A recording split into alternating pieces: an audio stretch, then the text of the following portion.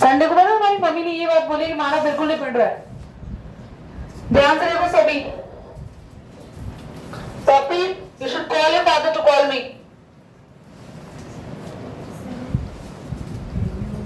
And today only.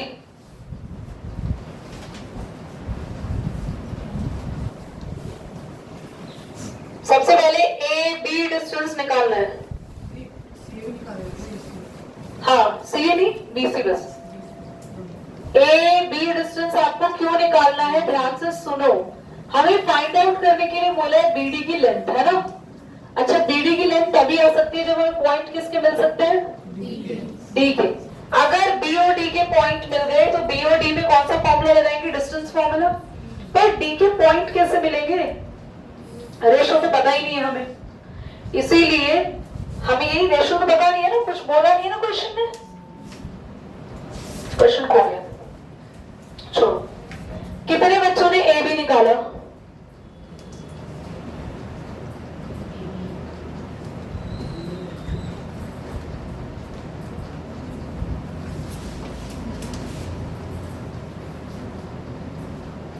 Fifty आया।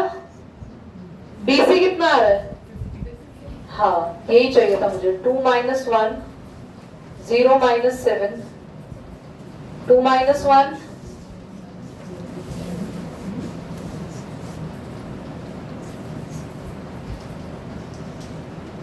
हो गया, हो गया, हो गया, खत्म। पता नहीं ऑनलाइन वाले सोचेंगे क्या हो गया कर रही हूं मैं, उनको बता दे क्या हो गया मालूम। अंडर रूट कितना, ये भी √50 आ गया, ये भी √50 आ गया, और ये दोनों साइड्स बराबर आ गई। आप लिख सकते हो अब in triangle ABD and triangle BCD, पहला एंगल 1 इक्वल टू एंगल 2। क्यों, क्योंकि BD बाइसेक्ट्स एंगल B। कुछ कहेंगे दीदी क्लास 9 कहां से आ गई, भैया यूज करनी पड़ती है, हमें कॉन्ग्रुएंट करना है इन दोनों ट्राइंगल को। सेकंड, AB डिस्टेंस किसके इक्वल आया, BC, proved above. Third, BD is equal to BD common, class 9 में करते थे ना ये, by side angle side, congruence rule. क्या होगा कॉन्ग्रुएंस रूल के बाद, ट्राइंगल ABD BCD कॉन्ग्रुएंट हो गए। अब बाय CPCT ये कृतिका बताइए क्या इक्वल होगा, बाय CPCT क्या इक्वल होगा बताओ। तुम लोग देखो इधर, ध्यान से देखो सभी बच्चे। ABD ये दोनों कॉन्ग्रुएंट हो गए, कॉन्ग्रुएंट हो गए। अब bye CPCT, bye CPCT 9th में सीखा है हमने, कौन से दो चीजें इक्वल हो गई बेटा, नई बात है, खास बात है नहीं ना, फिर क्या करना है। AD is equal to, hence कौन मिड पॉइंट होगा बताओ आप, कार्तिक अब बताओ कौन मिड पॉइंट होगा, D, hence D is the midpoint. Midpoint formula बताओ दीपांशु, D के पॉइंट को x डैश y डैश निकाल लेंगे, बना लेंगे। x डैश का फॉर्मूला बताओ मिड पॉइंट। हाँ जी दीपांशु, हैंड रेज करो, कितने बच्चों को मिड पॉइंट का फॉर्मूला आता है कोऑर्डिनेट ज्योमेट्री में। स्ट्रेट, रेज योर हैंड्स, सीधा। अनमोल, आगे अपॉन में 2 लगाने के लिए असिस्टेंट रखे हुए हैं आपने, हाँ। x1 + x2 अपॉन में 2, x1 x2 क्या होंगे, ये दोनों होंगे।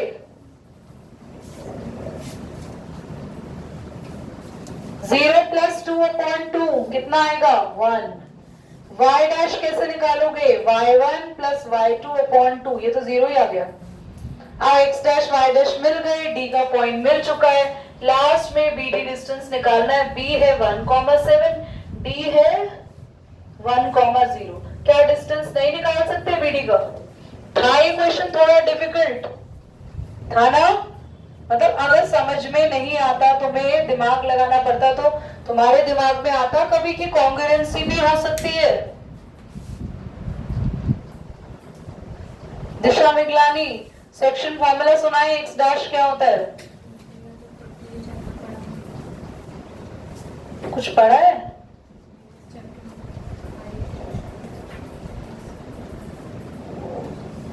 मानव और कृतिका साथ में बैठ जाए बेटा।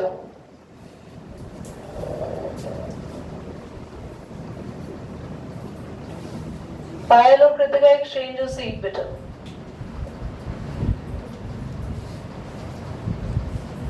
-7 का होल स्क्वायर 49, और 49 किसका रूट होता है? कृतिका यहाँ जाओ बेटा, जल्दी। एनीवे चलिए स्टार्ट करते हैं। पढ़े? The next question is, are you ready? पक्का ये कर लोगे सॉल्व जो मैं आप दे रही हूँ? प्रॉमिस? चलो देखते हैं। पहले मैं बता दूँ मैं कौन सा दे रही हूँ, प्रॉमिस मैंने तुमसे मांग लिया।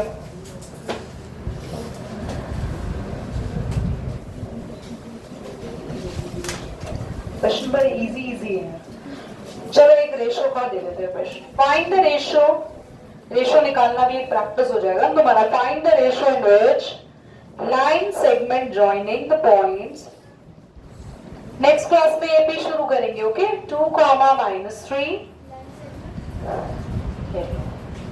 Joining the point. बेटा कृतिका को एक पेपर दे दो ना, यही लगा लेगी, 2 चिपका लेगी। 2, -3 एंड हाँ साक्षी दे दो बेटा। 5, 6 is divided by x axis।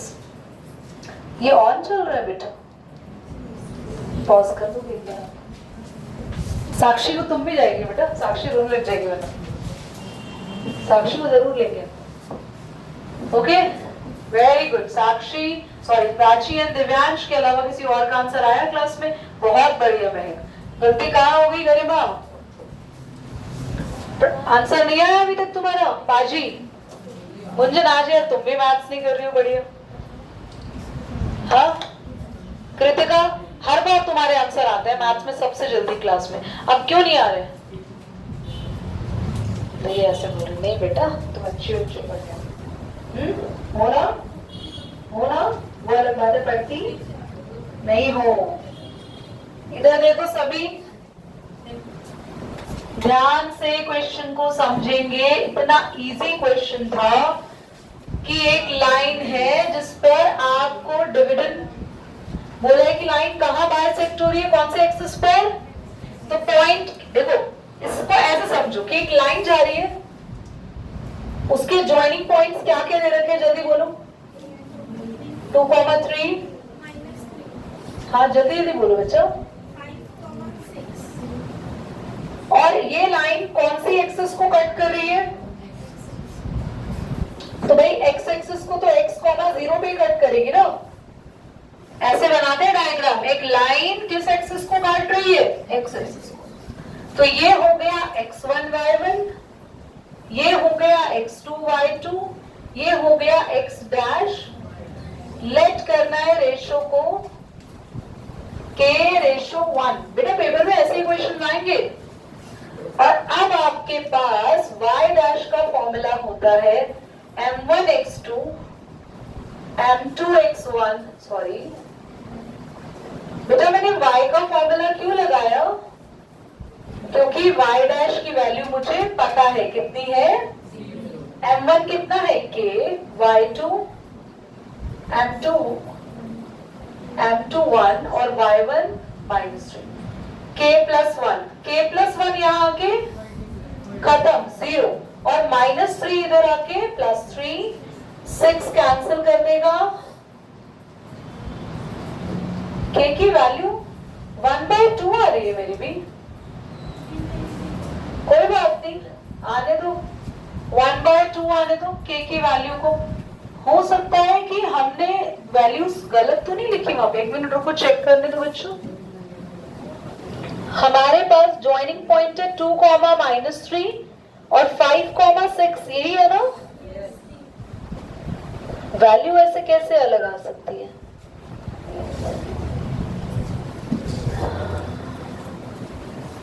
कहां पे गलती हो रही है?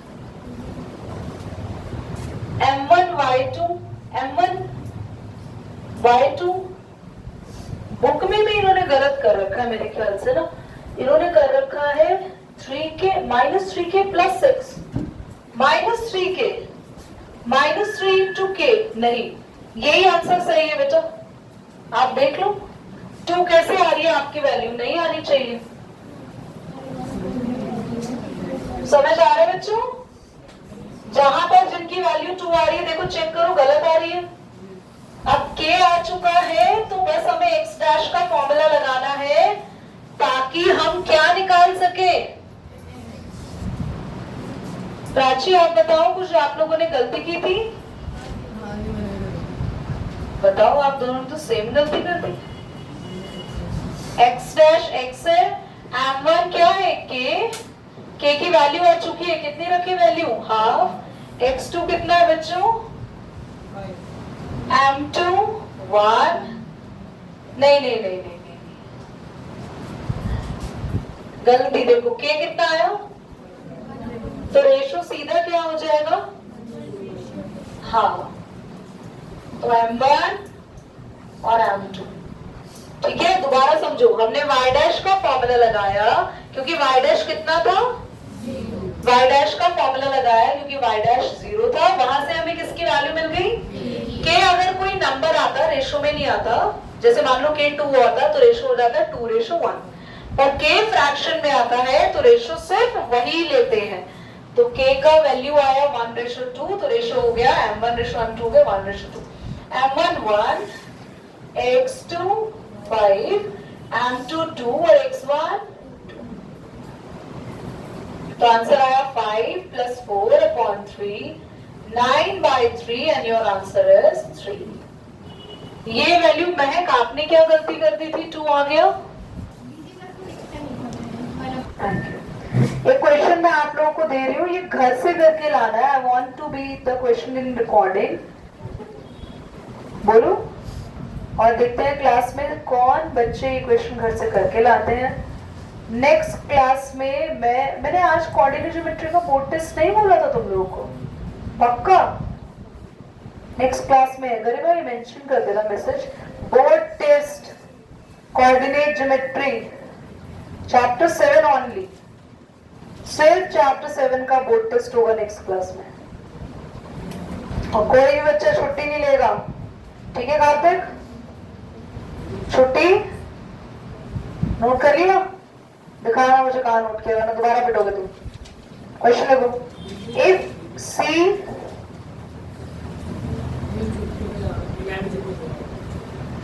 तुम क्लास में लास्ट में रुकना, जो नेक्स्ट क्लास में होना है वो आज ही कर देंगे ना। मतलब if C is a point lying on the line A B. Ekam तुम छुट्टी पे जा रहे हो, फीस कब कराओगे फिर? छुट्टी पे जा रहे हो तो फिर